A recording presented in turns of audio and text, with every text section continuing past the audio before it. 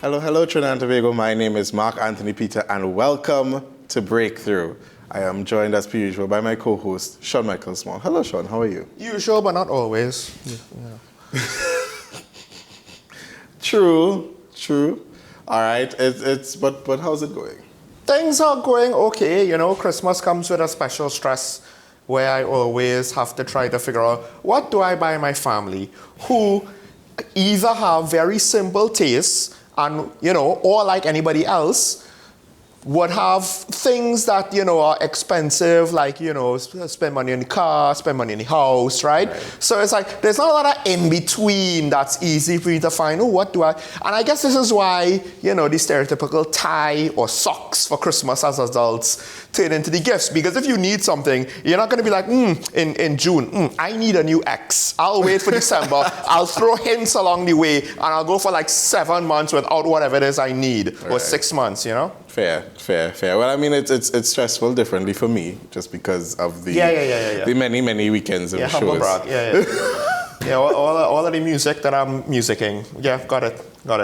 Yeah. Yes, I have invented a word. It's called musicking. I cannot see my way. Anyway, let us not take up too much time, because we are joined by a special guest to talk about a very heavy topic. Yes.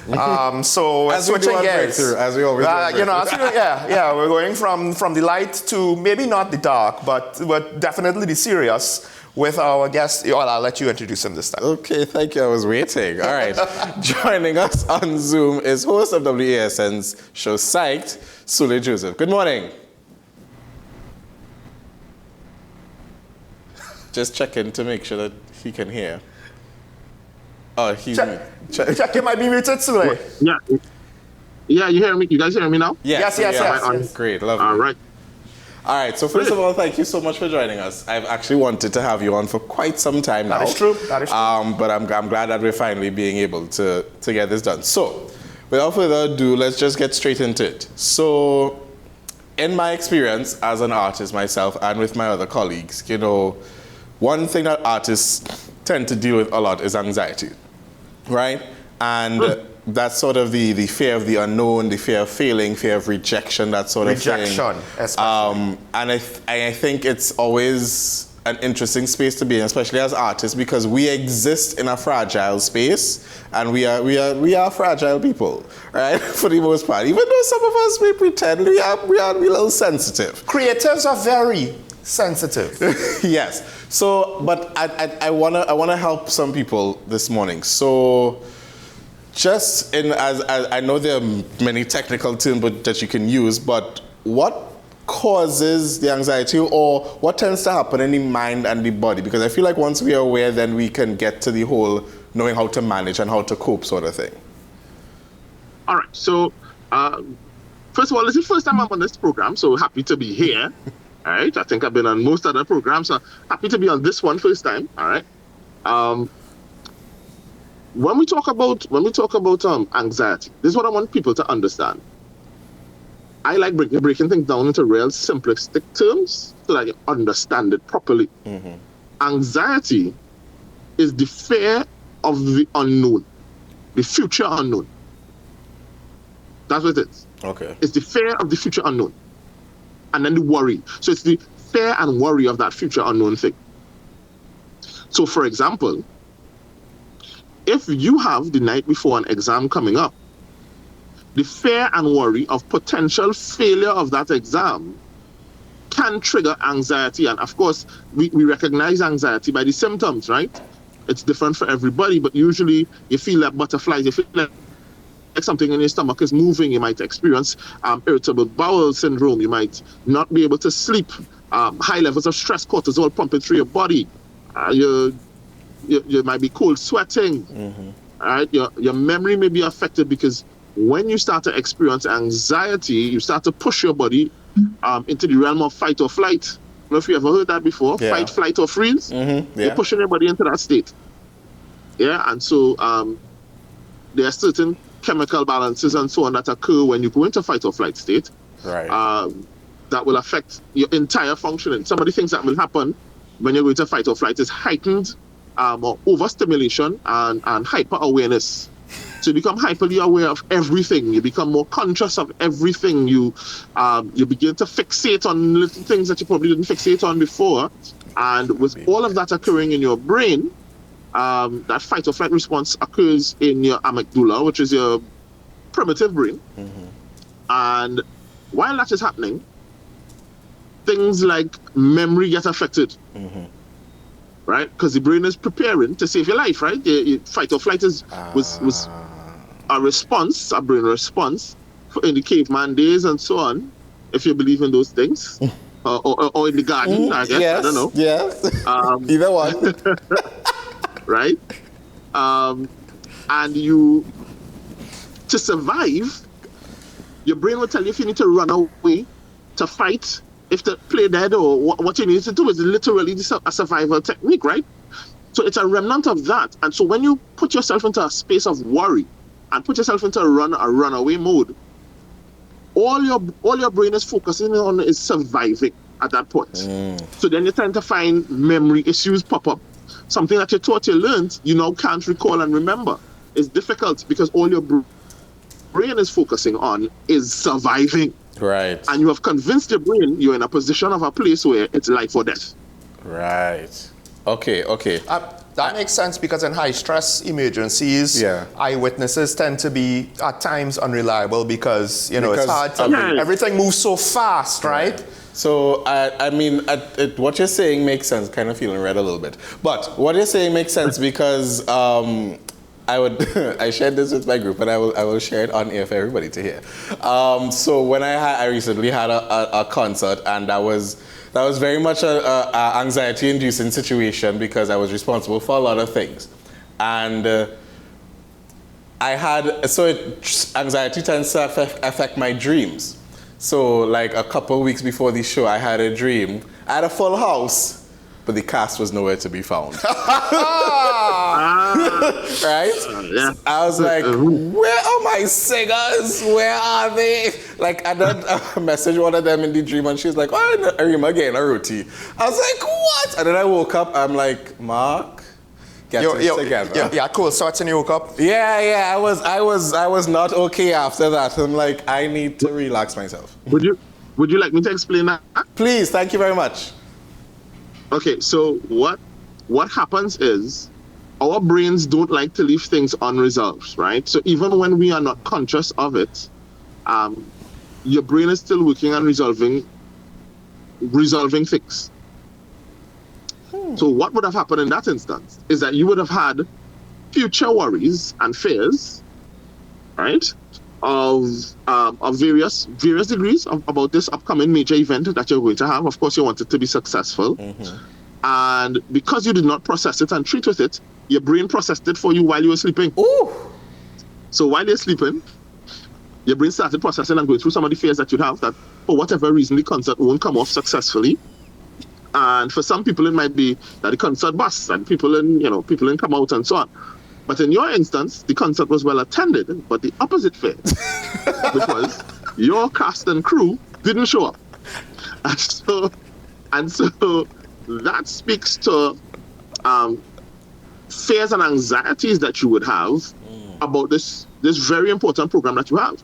Now, it may not mean that you don't think that they may not physically show up, but it may be trusting concerns that staff may forget lines, that they may not do what they did in rehearsal, that you may have issues with past experience that may feed this fear even more, this worry, this future worry that has yet to unfold. Right? Past experiences, of course, will also feed that. So it sounds like to me, your dream is a dream of concern about your cast and crew showing up the way that you intend them to, which suggests some level of trust for me. Ooh. That you may have some issues of trust with depending on them to be on time, to provide exactly what you ask them to provide and do it how you expect them to do it. Well, this is so that's interesting. It puts in perspective other people who have trust issues, and it makes it more, what's the word, sympathetic now, right? Yeah, well, a little bit, right? I know I have trust issues, right? Oh, well, okay. I know myself, but so that's interesting that's the take, the way this is turning into my therapy session. But it's interesting that's the take, because if it's one group of people that I can rely on, it's this them. one. So I was actually, Sule, you know what? Let's say past though. It could be past experiences that's kind of like making this concern heightened. It doesn't have to be the current group. It could be whoever was there before in a similar situation, and now you're just overly sensitive to it. Yes. Oh, okay. So not necessarily them. So past experience, guys, because we say past experience informs future behaviors, right? So past experiences with other persons and so on, even though you don't have any legitimate fair things to worry about with this current group, could still feed because of a past experience. Maybe there was an experience where you were depending on a certain person to show up and they did not. They flake on you on the day. And that haunts you, that walks around with you, and it's always constant and present in the back of your mind. So you have a crew now that is reliable, but you still have a worry and a fear. Things mightn't go quite right, and the one thing that may not happen is that the people mightn't show up. And I like or the car let you down. I like to point out punctuality with regards to creatives and production crews and stuff like that. It's one of the tense things about part of it is society, but then now, you know, a show starts at a certain time, you know, most trainees in the audience will show up for that time. Right. They might show up maybe a few minutes too late, so we might start a few minutes too late. But it's not like, you know, like half the audience is going to show up half an hour late. Okay. Right? So a problem, so I guess I'm the case study. So a problem has been identified. What are some of the ways that we can, again, keeping in mind we're sensitive, we're fragile, we exist in these spaces where we actually have to observe life and tell people about life. So we kind of have to get into the minds and emotions of everybody, but also still sort of represent ourselves in our work. What are some of the ways that we can cope? Because I feel like a lot of it has to do with you mentioned fear of the unknown, and then in my case, there was that whole trust issue. And so then I'm seeing certain phrases floating around, like the negative self-talk, the lack of self-worth, right? So how can we cope and manage in those situations, aside from obviously going to finding a good therapist, because I do have one. But how can you in your own mind, we had this discussion on Saturday in my session, but how can we ourselves cope? So you're actually reliving your session. Look at that. So you had 2 sessions in 1 week. All right. A paid one and a free one. I wasn't prepared. You brought up the example. But all right. Before I answer your question and jump into it, I want to show you a real interesting paradox. Okay. Creatives, as you pointed out, are sensitive people who put themselves in the eye of the public for judgment. So you've actually chosen a career that is counterproductive to your sensitive nature and sensitivities. Yes. Because by nature, the job that you've chosen, or the vocation that you've chosen, is one where you will be scrutinized by people. Who, and if you do it in Trinidad, you know that Trinidad is some harsh critics, right? Trinidadians don't hold back. One slight crackle in your voice, and they swear that you crashed the Titanic, right? So it's interesting that you've chosen that career path. And most sensitive and most creatives do, while feeling a particular way. It's very sensitive. And automatically what comes to mind is Trinidad Killer. Trinidad Killer is always on social media crying and stressing because people sent him negative comments and having a meltdown every other day because people don't like his song or something. And I believe that to be genuine because it comes from a space when you create content as a creative, I feel like you put part of yourself in it. And so when people don't like it, you feel you feel rejected. You feel like people are rejecting you. All right. Yeah. Okay. And so when you're talking about coping, it's not just about coping with negative self-talk and stuff and doubt and whatever. You are talking about rejection here. This is public rejection, and public rejection on a large scale. That is more than enough to trigger anxiety and have phobias. And given simple talk to yourself nice, listen to some music before you go on, isn't necessarily, because we can say that, but that won't necessarily address feeling rejected. Rejection is nobody likes it. No matter how much your ego is boosted, no matter how good you feel, getting rejected when you put yourself into something sucks. It feels terrible. It's like a breakup every single time, right? And not just a breakup, but a breakup with somebody you love.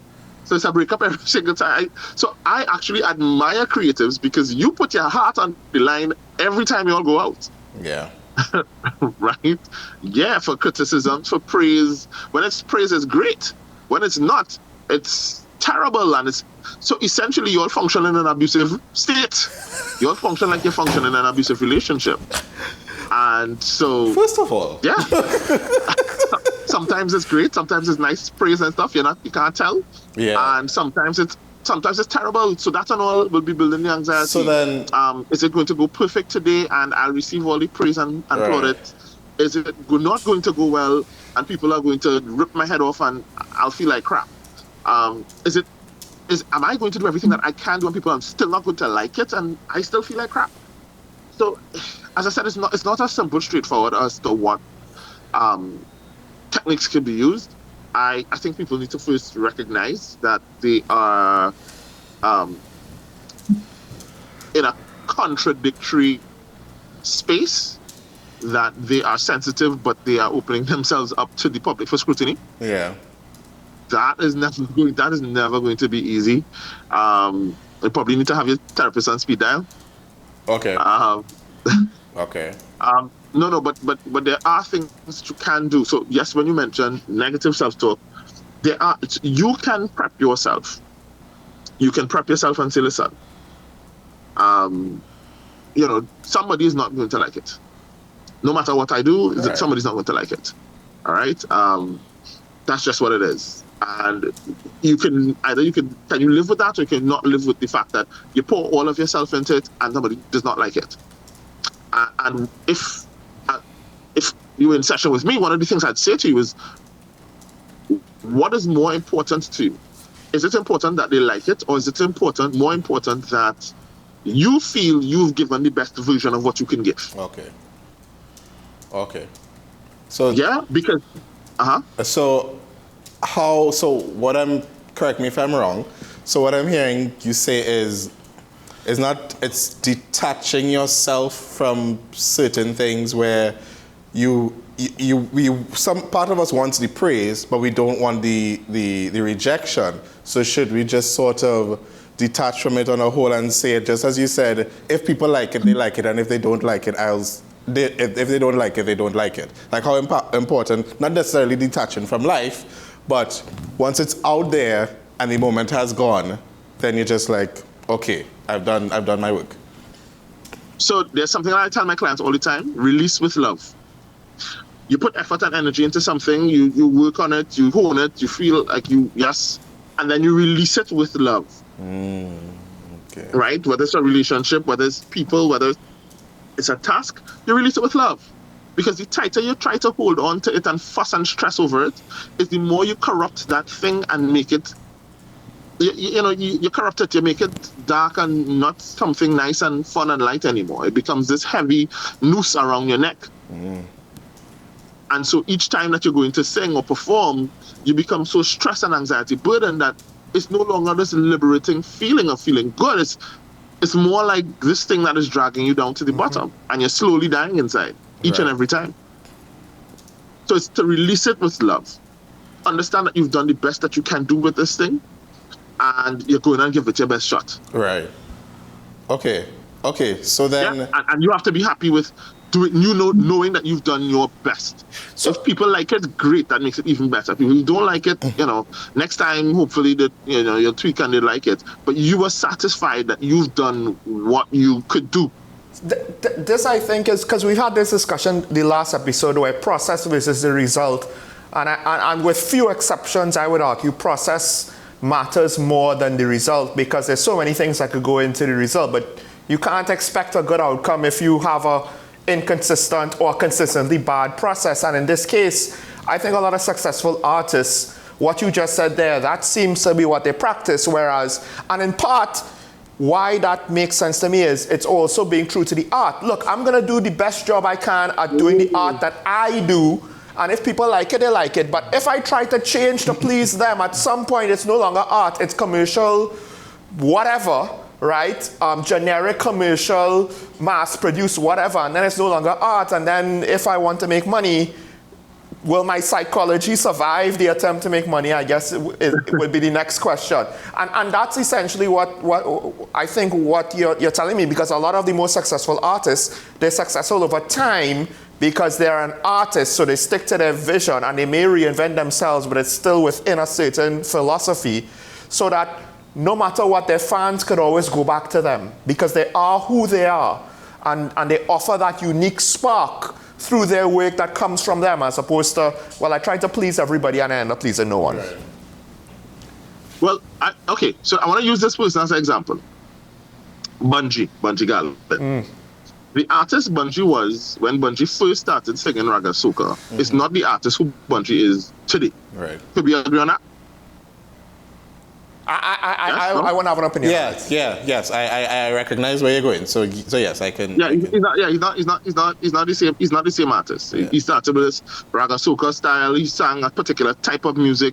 And I will admit, as a Bunji fan, that I do miss some of those more graphic lyrics, right? But he has grown to a space where his music is more uplifting. There's more of an uplifting message to it, and you could have seen that in the evolution of the person. Right. So Bunji didn't jump up one day and change and become somebody, try to pander to the crowd. There was an evolution. So it's not that you can't change. I think when you grow, when there's a natural growth, a genuine growth, your tribe will follow you and grow with you. Yeah. You will always have, you'll always have a tribe of people who will be following you because they're following your growth. Yes. They will witness and see how you've moved from infancy into whatever manifestation next is your next step from your caterpillar to your chrysalis to becoming either your moth or your butterfly or whatever that you hope to become, right? Because it's not stagnant. Of course, there'll be some measure of change. Some might be less drastic than others. But you have to stay true to your heart because you first have to be passionate about it. Remember, you're putting part of yourself in it. And so if you make it about the result, of course it'll have anxiety because you're focusing on the result and not the process and not putting part of yourself in it. So then you're focusing on the potential rejection as opposed to creating. You are adding something to the universe, regardless of whether other people totally get it or not. There's something beautiful in that, in creation. You are a creationist. Ooh, I like that word. I'm a creation. Yes. So, essentially, and I think it's something that I've said before, there's a difference between growth, there's a difference between change through growth, and then change to please others that also results in you sort of betraying yourself. I think somebody on the show, somebody should said it best, where, something, I can't remember, you might remember the exact phrase, and when you're chasing a career. Yeah, the difference between chasing and building a career. Yeah. If you're chasing, that means you're running it down, and it's running away from you, as opposed to building one that's very authentic to yourself, and staying in that artistic. And also, if you're chasing space. it, if you're trying to chase a trend, at some point you could probably get it wrong. Yes. Whereas if you're doing your art, it's not about the trend. Right? So you're that's secondary too. But if you just keep chasing trends, at some point, look at how many commercial artists now. I mean, let's just say, I think Drake did that, and now he's reached a point where he can't chase trends so easily anymore, basically. Whereas Kendrick, he just did him. Well, I have a friend of mine that always said we do anything that is chase is rum. But anyway, so wow. I feel like there's so much to unpack that was just said there therapy-wise, but I'll leave it alone. So then we will talk after. We will talk after. I appreciate this 30-minute therapy session. It was greatly appreciated.